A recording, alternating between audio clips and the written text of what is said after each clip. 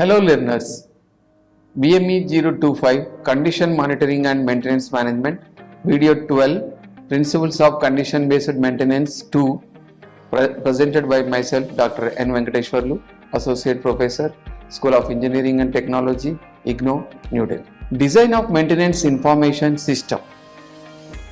The maintenance information system gains a significant role when CBM is introduced in any industry in two important aspects. The first is collecting and processing of great quality of information that is never available before regarding the condition of each part of a machine. This information is used to detect the fault or tendency of the deterioration or probable time that is a machine is expected to fail. So design of maintenance information system. So here the maintenance information system is very essential for any means finding out the condition of a machine. So after condition based maintenance, it has the information has gained a very important role, so that making information available is essential, and then by seeing the information about the machine condition, machine failure rate, so that one can take a best decision for handing over the machine to the production or not. So that is the importance of the design of maintenance information system. One has to develop a best maintenance information system should be developed in any industry. Obviously, this simplifies the maintenance manager's job in optimizing the frequency of examinations or inspection on the machine. The second aspect of the information system stresses on the necessity to provide information so as to carry out maintenance works within the lead time, that is in a period of time which may be very short, elapsing between the alarm and emergency shutdowns. This becomes a tool for the maintenance manager to schedule or program the maintenance works within the lead time effectively by reducing the waiting cost, shortage cost or logistics cost. So if a maintenance manager has been provided a correct information, so that he can avoid the waiting cost or shortages cost or logistics cost.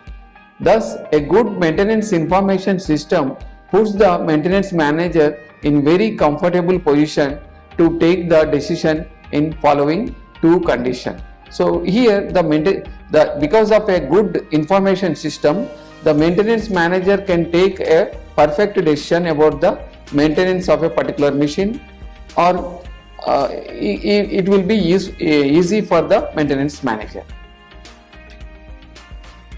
A condition of the machine is near to the lead time, procedure will be followed through planning office, work requisition, work order with specification, program carried out work. So once he knows the information about the machine condition, so he can start the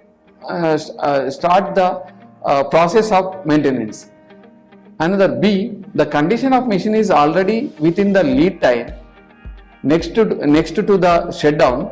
The information will be directly passed to the foreman for emergency maintenance. So here with this condition based maintenance, what happens? So if it is reaches to the lead time, so or alarm time, then immediately one has to inform to the supervisor or a foreman, so that he can act on emergency maintenance.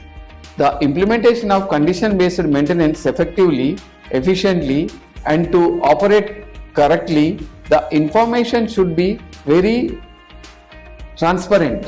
In other words, the information which the maintenance manager gets from the inspection or examination team should flow essentially from the maintenance manager also to the maintenance foreman, as well as the shop floor foreman and everybody concerned in the following aspects. So once the information is to be flown from the manager to the foreman and foreman to the shop floorman or supervisor, and all those who are involved in operating that machine. So the information should be flown from manager to the operator level. So a condition of a machine, one is an probable part detective machine, probable defect, time during which the fault has to be repaired. So these four information one has to know so that it can be transferred to all the people who are involved in this maintenance. This can be better achieved by job report, which is another very important and functional feature in order to assure the success of the new philosophy. Perhaps this could be made possible through the security and correction of diagnosis versus actual work.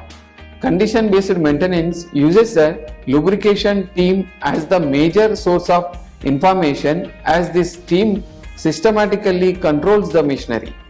Examination and lubrication therefore must be strictly connected, as they may transfer each other information on the condition of the machine. Hence, the organization of maintenance becomes more flexible as it is based on a daily input of data, while the short-term programming becomes more important than the long-term one. As a result of this, the estimation of maintenance budget becomes somewhat difficult, since most of the work will be done only after an examination instead of basing it on a rigid preventive maintenance schedule. Therefore, the budget can be based only on statistical data and probabilistic. The role of the maintenance manager becomes very crucial from the moment of condition-based maintenance is adopted. Hitherto, his main duties were the coordination and technical aid to his assistant in maintenance planning through a guesswork, but not he becomes really the manager of the service. However, three important functions are required to be performed by the chief of the maintenance listed below, a chief or a maintenance engineer. A. To control the examiner's training or his eventual deviations from instructions.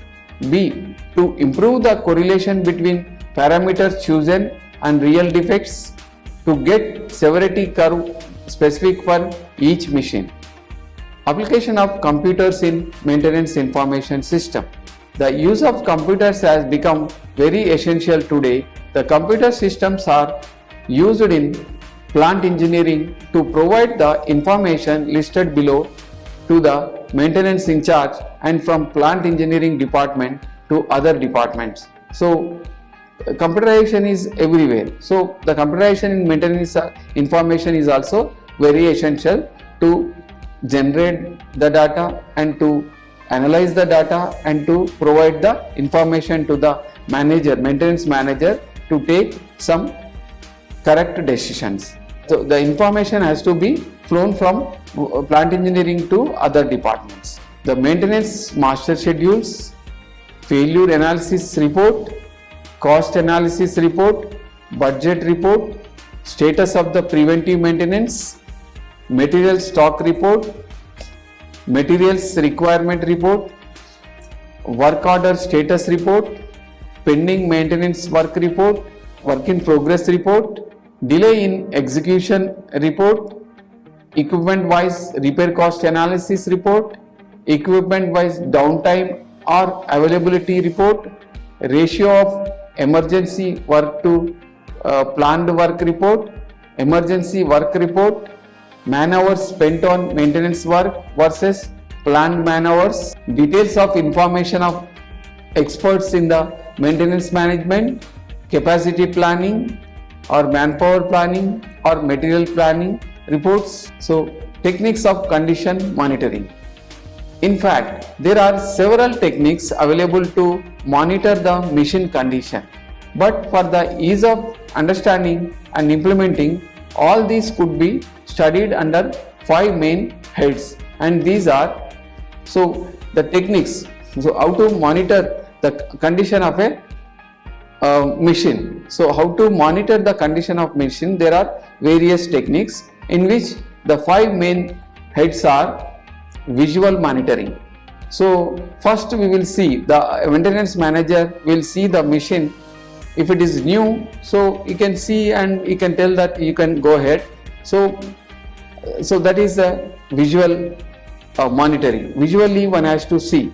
If it is a camera, then we can see that its lens is okay and it is clicking perfectly or not. So that is the visual. Visually we can see that. If it is a computer, so the screen is showing correct or not, or if it is TV, the screen is coming correctly or not. That we can, by seeing, you can say that it is okay, or it needs a monitoring, or it needs a maintenance. So that is the visual monitoring. It is the monitoring technique which involves inspection and recording of surface appearance. That is visual monitoring. Then normally the monitoring is done by naked eyes, but may require the use of telescopes, microscopes and various other optical equipment if necessary. Sometimes it may even involve the use of borescope to see inaccessible places, or the use of photography or surface imprinting for record purpose. Vibration monitoring. So this is also one character. So one is visual monitoring and this is vibration monitoring. So because in any machine, if it is working, some vibration is taking place. So what is the level of vibration? That one has to monitor. The noise and vibrations are the most important parameters to monitor a machine, particularly in the moving parts such as shafts, rotors, cutting tools, gears, etc. The vibration level is recorded by attachment of a transducer like velocity probe, accelerometer or proximity probe to the machine. Special equipment is also available for using the output from the sensors to indicate the nature of the vibration problem and even it is precise cause. So this is the vibration monitoring system. In some cases, it may become necessary to use the principles of sonics and acoustics. Then comes to wear debris monitoring. First we have seen visual monitoring, then vibration monitoring, then third one is wear debris monitoring. This works on the principle that the working surface of a machine are washed by their lubricating oil and by damage to them should be detectable from particles of wear debris in the oil. If the debris consists of relatively large ferrous lumps such as those generated by the fatigue of rolling element bearings and gears or the fitting of cams and taproots, these can be picked up by removable magnetic plugs inserted in the oil return lines. For small debris particle, spectrographic analysis or microscopic examination of oil samples after magnetic separation are commonly used techniques. Another popular technique is SOAP analysis for debris monitoring. Next, the performance and behavior monitoring. In performance and behavior monitoring, here we check the performance of a machine or a component to see whether it is behaving correctly. This may, for example, involve monitoring the performance of a bearing by measuring its temperature to see whether it is carrying out its function of transmitting load between moving surfaces with the minimum of friction. Then corrosion monitoring. This is usually applied to fixed plant containing aggressive materials and is intended to monitor the rates of internal corrosion of the walls of the plant. This may be done by drilling sentinel holes part away through the wall, which can be plugged when they leak or by inserting readily removable coupons of material of which the corrosion rate is assumed to relate to that of plant. Then in this case of the first four techniques of monitoring, which are applied primarily to various forms of rotating plant, the way in which they are used is what the existence of a problem is usually detected from the general level of the measurement and its rate of change, while the nature of the problem can generally be determined from a more detailed analysis of the measurements obtained. This is outlined in the following table.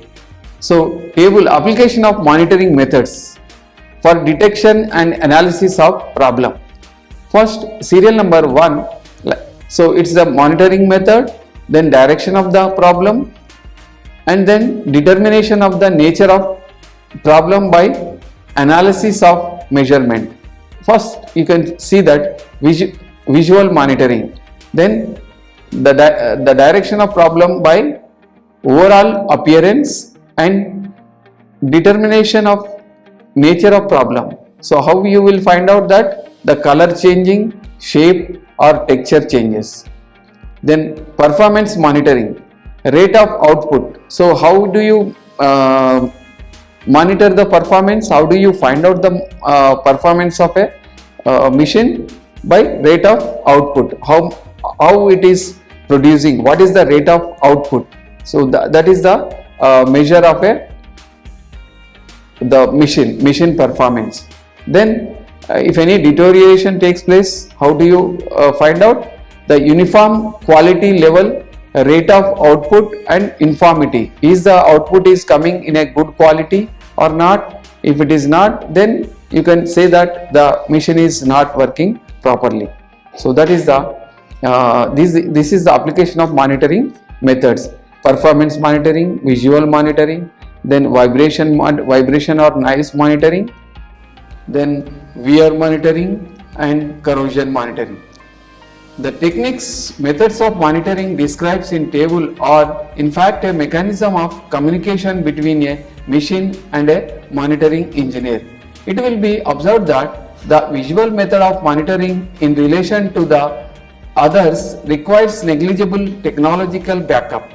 This is because the necessary analytical facilities already exist with the human observer. The lack of these natural analytical facilities in the other three methods of monitoring is the main reason why more complex technological facilities and methods need to be applied. The different techniques within the main categories of monitoring methods are listed in table as a guide to their general selection for various parts of the machine parts. The techniques of condition monitoring. Selecting methods of monitoring. So for any machine, we have to monitor the machine by what are the factors, what are the possible general monitoring methods, which are vibration monitoring, behavior monitoring and visual monitoring and wear debris monitoring. So for any machinery, if it is under stationary condition, the castings, the mountings and foundations, tanks and containers, pressure vessels, pipes, heat exchangers, all these are which needs visual monitoring, as well as some factors require behavioral monitoring and some require vibration monitoring also in the stationary process, when the machine is in stationary. Then reciprocating, if the machine is working, then here we have to check the piston linkages and levers. So here it can see that visual monitoring is required, and it also requires the debris monitoring also.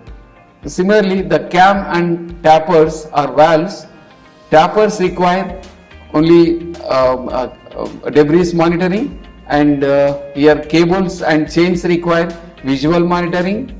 Like that, one has to find out which monitoring method will be suitable for which part. So this is the technique of condition monitoring.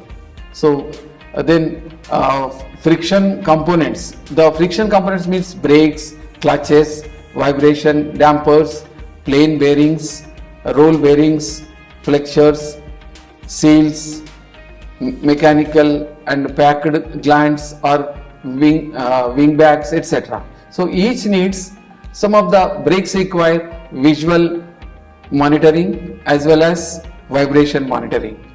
Similarly, rotating bearings require the vibration monitoring and debris monitoring. So that you have to see. Similarly, for the friction components, here you can see that hardware or elastic or cutting tools, so which needs visual inspection as well as vibration inspection or vibration monitoring. Then comparison between condition monitoring and fault diagnosis. So these two have close relation and look like same. Some differences exist between them. These differences are interpreted through the following table. Comparison between the condition monitoring and fault diagnosis. The frequency, the trend monitoring, condition checking and diagnostic maintenance. So here you can see that safety point of view, the advantages of condition monitoring over other philosophies. If the safety of advantages are reduced injuries and fatal accidents to personnel caused by the machinery. Methods by which CBM, condition based maintenance, lead time, so that is enables plant to be stopped safely when the instant shutdown is not permissible. Better machine knowledge, one should have the better machine knowledge. So machine condition as a indicated by an alarm is adequate if instant shutdown is permitted. So this is the advantage of condition monitoring over the various other philosophies. So output also you can see that various benefits or various advantages of condition monitoring over the other maintenance methods. With this I conclude the topic, the trend monitoring and condition based management part 1, and this is the condition based management part 2. Thank you.